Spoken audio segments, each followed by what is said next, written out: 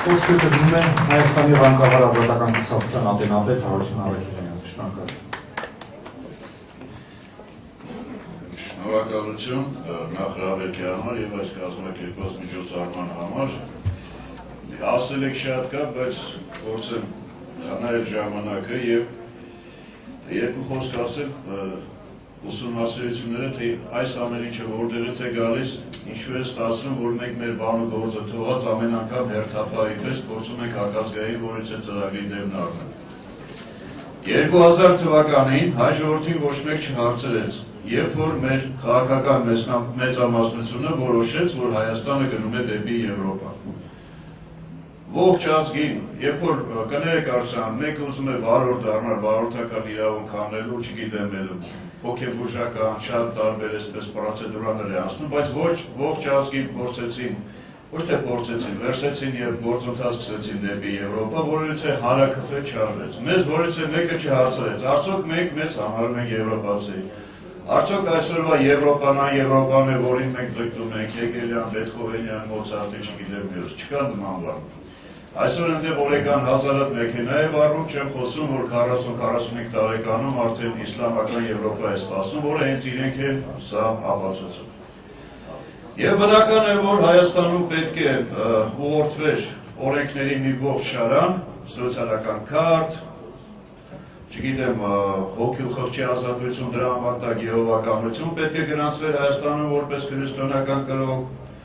մահապատժի վերացում եւ բնական է պետք է գալ հասնել նման այսպես գործընթացներ, ինչպես նաեւ Եվրոպան թքած ունի, թե ինչ գնով մեր կբացվեն հայ-թուրքական սահմանները, որ այս մեկ տարվա ընթացքում մենք տեսանք։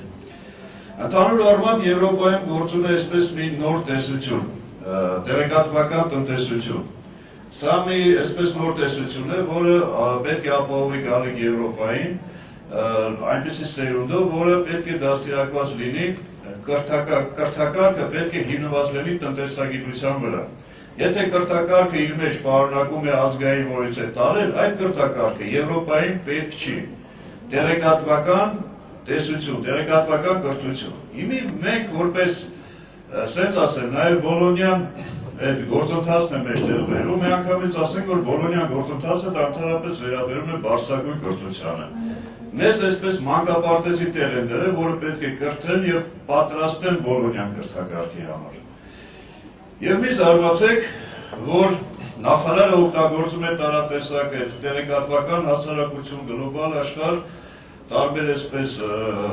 համաշխարհայնացման տերմինոլոգիա է օգտագործում, բայց նաեւ մի շատ վտանգավոր բառ օգտագործեց վերջերս։ Կրթական շուկա, այսինքն կրթությունն էլ է շուկա։ Եվ սա նորից ուզում եմ, որպեսզի մենք մեր ներվերը, մեր առողջությունը պահենք, պահպանենք, որտեղ հետագայում շատ նմանատիպ խնդիրների առաջ են կանգնելու, եթե քաղաքականությունը շուկա է, եթե գիտությունը շուկա է Հայաստանում, եթե մշակույթը շուկա է, հոգևոր ոլորտը շուկա է, ինչի պետք է կրթությունը շուկա չլինի։ Բնական պատկերացրեք, սա գործընթաց է, որ մեզ հրամցվում է։ Ստեղ մնում է մեր մտավորականությանը, ես մեծ հույս ունեմ եւ հավատում եմ, որ որից է նման ապազգային ծրագիր, որ իրոք վիրավորում է մեր ինքնությունը, չի անցնի, իսկ երբ որ խոսում են 1%-ի մասին, դա նման է, երբ որ ասում են կաթի մեջ ընկել է մի փոքր աթար։ Այո, կան ազգեր, որ այդ աթարոտ կաթը խմում են, բայց ոչ հայ ազգեր։ Շնորհակալություն։